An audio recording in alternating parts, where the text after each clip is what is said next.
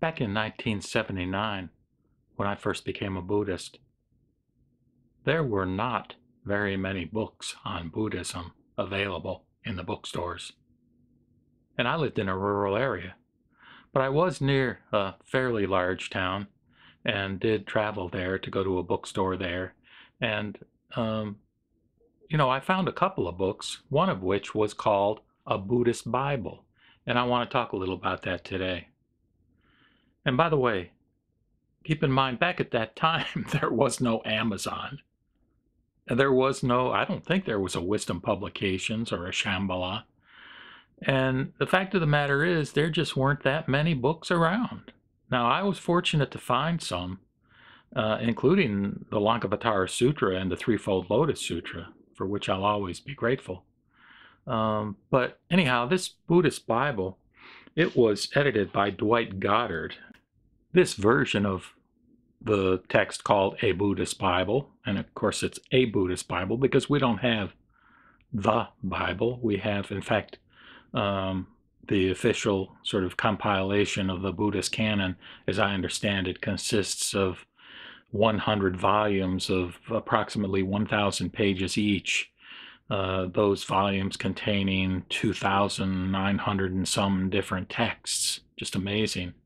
But again, back in the day, there was no Amazon. There was not a wide range of options. But this book, which was edited by Dwight Goddard, was available, and it was originally copyrighted in 1938 and later put out in 1966, which was the version I got by E.P. Dutton and Company.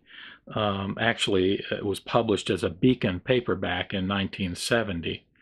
And Huston Smith wrote an introduction at that time in the context of this particular reprint of the book. And I found it interesting at the time, and still do today, that Beacon Press books, at least at that time, as it was indicated in this volume, were published under the auspices of the Unitarian Universalist Association. If you don't know about them, it's an extremely tolerant kind of organization that is certainly a model perhaps of what other religions should mimic in terms of its degree of tolerance of other faiths and belief systems. But in any case, what I want to do in this particular video is share with you the introduction to this 1970 volume by Huston Smith. So in the introduction, Smith says, "Over 30 years have elapsed since a Buddhist Bible first appeared, and half that number since the publication of its present enlarged edition. Meanwhile, some 20 other anthologies of Buddhist texts in English translation have appeared to meet the growing Western interest in this Asian faith. In view of the merit of a number of these, some may wonder if Goddard's somewhat pioneering compilation warrants reissue. It does. Historical reasons alone might suffice, for Goddard's was one of the books that stimulated the Western interest in Buddhism, which in turn called forth the spate of books that followed. The real reason for restoring the book to print and for making it available to a wider audience through paperback is not historical, however, but contemporary. No other collection quite takes its place. Some of its companions have individual virtues which Goddard's collection cannot boast. But for the reader who is looking for scholarship and meaning, coverage and control, all four, I know no alternative that is its equal. As Buddhist scholarship in the West has not been standing still, it is to be expected that some of Goddard's texts have received new translations that are, in certain technical respects, improvements. Yoshito S. Hakeda's rendering of Ashwagosha's The Awakening of Faith, Columbia University Press, 1967, is a case in point. On the whole, however, the scholarship of these pages has stood up well. Further, the book's prime virtue is the way it puts the scholarship it does not claim, but yet appreciably possesses in the service of communication, specifically religious communication. For the book is indeed a Bible, not only in the world's original meaning of book or library, but also in its acquired connotation of writings with soteriological intent. Obviously, The texts it assembles were written by convinced Buddhists, men who could write, for example, that, quote, no teacher was so godlike as Lord Buddha. In his unbounded love for all beings, Sakyamuni stands unparalleled. The Tathagata is the light of the world, close quote. What is not a matter of course is an editor as turned on by his texts as were their authors by the revelations that occasioned them. The word Tao, writes Goddard in noting its influence on Chinese Buddhism, I cite this statement as illustrative of Goddard's feel for his material, quote, is the name given to perhaps the grandest conception the human mind has ever conceived, close quote. In selecting his sources and helping to translate some of them, Goddard used as his guideline, quote, the spiritual needs of his readers. Some may fear that such a guideline compromises objectivity, but I think that even in academia we have overcome that confusion. What lies between these covers is religious material. Without the spiritual fervor that inspired them, these writings would not have come into being. To mirror that fervor in understanding or participation is the supreme fidelity, the ultimate accuracy, the final literalism. Those who open this book with historical, comparative, or linguistic interest are, of course, welcome. But one must protest any notion that Goddard's angle of interest is any less appropriate or respectable. When he tells us that his book, quote, is not intended to be a source book for critical, literary, and historical study, it is only intended to be a source of spiritual inspiration designed to awaken faith and to develop faith into aspiration and full realization, quote, his, quote, only, close quote, is specification, not apology. One specific feature of this book deserves comment to obviate possible misunderstanding. It would be unfortunate if anyone glancing at its contents were to dismiss it because it does not include a section on, quote, selection from the Japanese sources. In view of the West's post-war fascination with Japan, and with Zen Buddhism in particular, such dismissal would be understandable, but it would nevertheless be unwarranted. 1/10 of the entire book is given to as important a Zen text as was ever written, quote, the sutra spoken by the sixth patriarch. And one sutra that is chanted daily in every Zen monastery, from Kyoto's Myoshinji to California's Zen Mountain Center at Tassajara, quote, the Mahaprajna Paramita Hridra, is produced in full.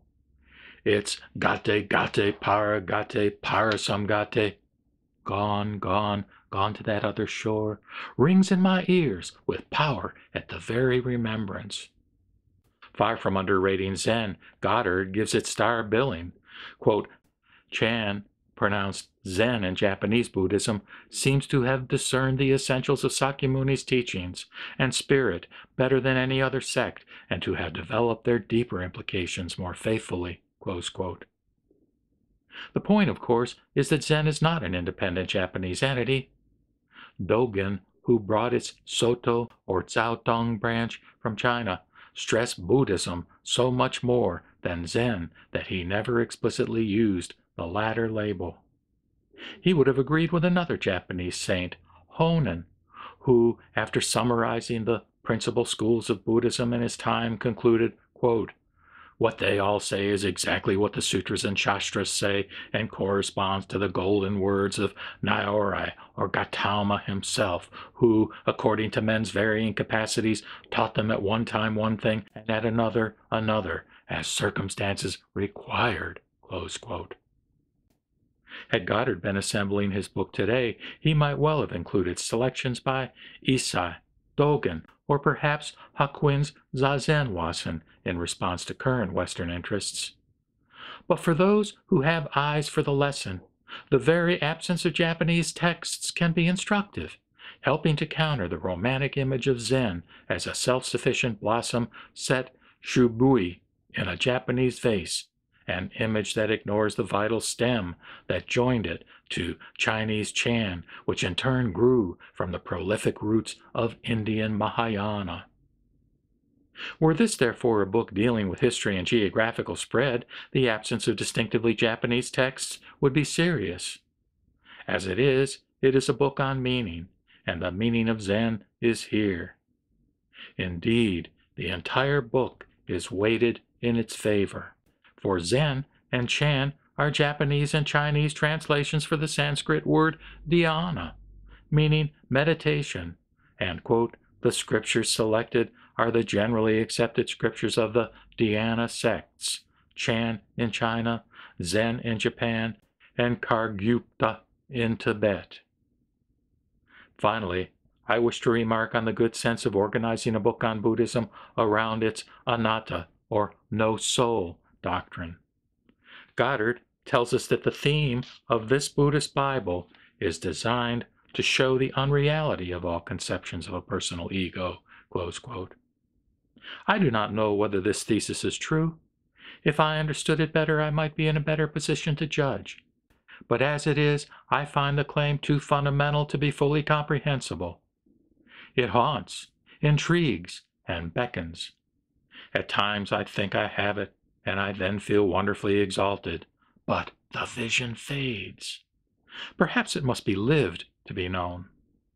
What does abide is the conviction that no issue, anthropological, psychological, philosophical, or theological, is more important than the way in which the self is to be conceived.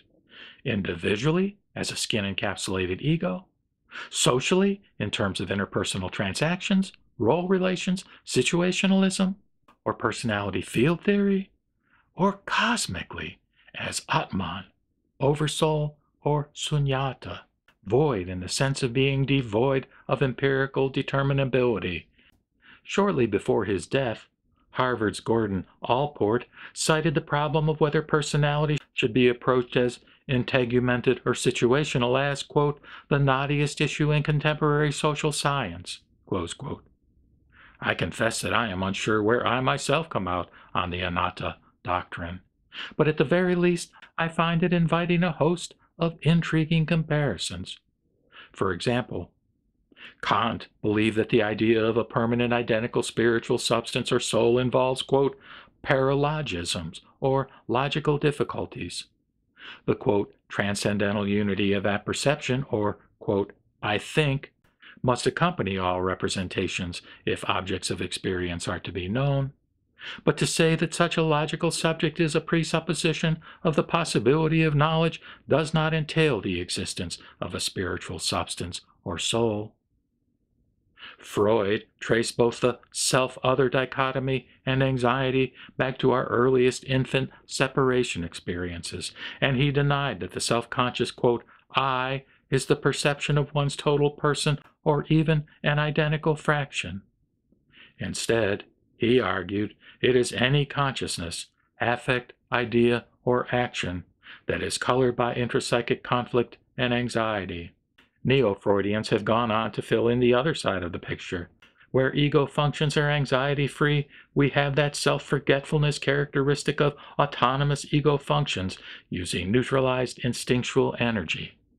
Heidegger holds that man can never be understood as an apparatus primarily closed in on itself and transcending its limits only through a secondary movement toward its environment.